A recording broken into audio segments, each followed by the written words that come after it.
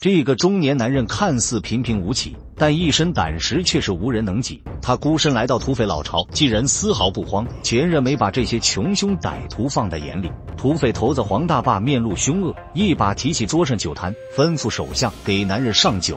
只见酒坛酒水流出，顺带着还有数颗钢珠。面对他们的挑衅，男人却是毫不在意，竟一口将这酒干了下去。正当众人以为计谋得逞之际，男人却是运转内力，生生将钢珠尽数吐出。黄大霸一脸惊愕，也知道男人并不好惹，他旋即笑脸相迎，要跟男人坐下来谈谈条件。原来男人乃是大名鼎鼎的怪侠江丹峰，他只身行走江湖，极好打抱不平，因从小父母兄弟都被土匪杀害，尤其喜欢对付这些土匪。就在不久前，江丹峰在这附近遭遇到了2个土匪的前后夹击，结果自己还没出手，对方便失手将同伴捅穿，眼看是活不成了。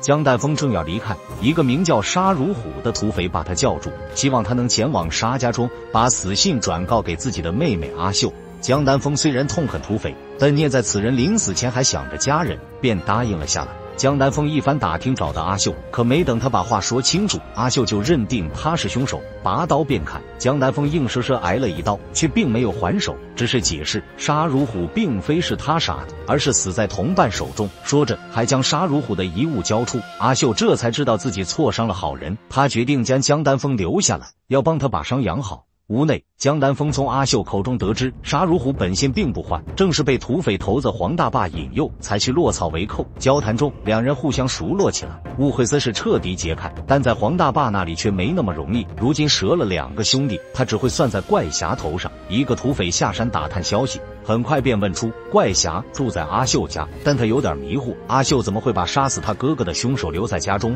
一个男人偷听到这些信息，趁江丹峰与阿秀共处一室，突然闯了进来。他是阿秀的未婚夫根生，两人本来已经快要结婚了。根生气势汹汹，一把将阿秀推倒在地，质问他为何要在家里藏着一个男人，而且还是一个仇人。这要是传出去，让他以后怎么做人？根生逼着阿秀必须把男人赶走，他根本听不进去阿秀的解释，又对阿秀推推攘攘。江丹峰看不下去，出来澄清，但根生已经被屈辱冲昏了头脑，一见正主更加来气，直接冲上去便要动手。可他哪会是怪侠的对手，几下就被打倒，还只能甩开阿秀，羞愤地离开了。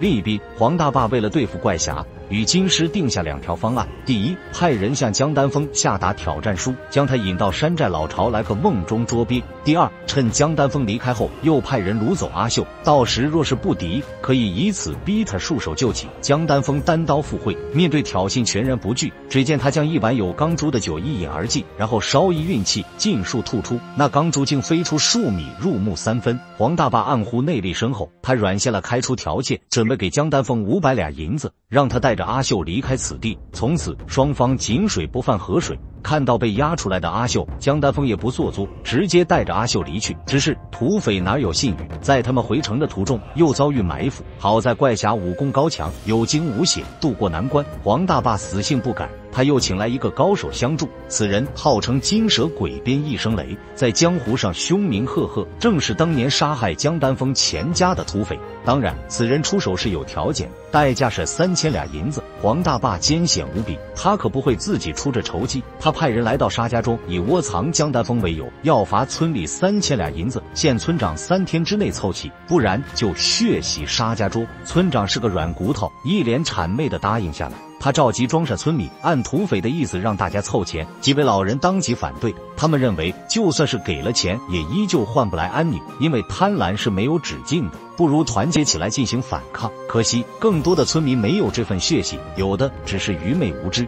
他们天真的以为只要满足了强盗的诉求，对方就会按照约定放过村庄。村民们为了凑钱变卖家产，把一切的怨恨都撒在江丹峰和阿秀的头上。他们赌注2人进行批斗，大骂阿秀败坏民风，让他们滚出村庄。看着村民们这般嘴脸，阿秀悲愤欲绝。江丹峰为了阿秀出面解释，知道自己留下只是为了对付土匪，村民们毫不领情，扬言用不着他来维护。江丹峰没有再做口舌之争，他知道这些村民很快就会后悔。果不其然，当村长谄媚地送上3000两银子，怎料黄大坝当场食言，直接露出了真面目。村长做梦也没想到啊，送上了钱财，还送上了自己的一条命。看着沙家庄村口挂着的3具尸首，村民们完全不敢相信。然而可笑的是，直到此时，他们还认为这一切都是阿秀害的，完全没人去怪真正的罪魁祸首。当黄大坝带人赶到，村民们无一例外四散奔逃，只有怪侠一人逆着方向走向村口。黄大坝讥讽他不自量力，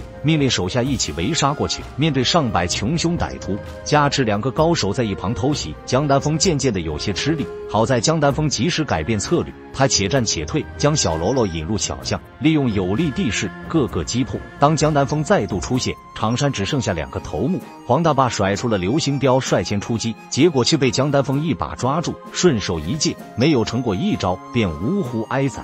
对于有着血海深仇的一声雷，江丹峰更是二话不说直接冲了上去，但无奈一声雷神鞭过于迅猛，还没近身就重重挨了一鞭，加上刚才的战斗已消耗太多体力，江丹峰完全落入下风，一个不慎还失去了武器。眼看江丹峰就要落败，阿秀跑到根生家奋力拍打房门，他带着哭腔求救，强盗都打上门了，为什么还要躲在家里？终于唤醒了男人的一点血性，根生拿着宝刀冲了过去，虽然连一声雷的身都进不了，但好在为江丹峰争取了时间。江丹峰抓住机会，纵身一跃，直击一声雷要害，一声雷顿感腹部剧痛，终于稳不住身体，一头栽倒在地。这时不知谁喊了一声，快点出来打强盗。村民们居然不约而同全都跑出来进行最后的布道，仿佛是他们战胜了强盗，又仿佛他们已经觉醒，强盗是可以战胜的。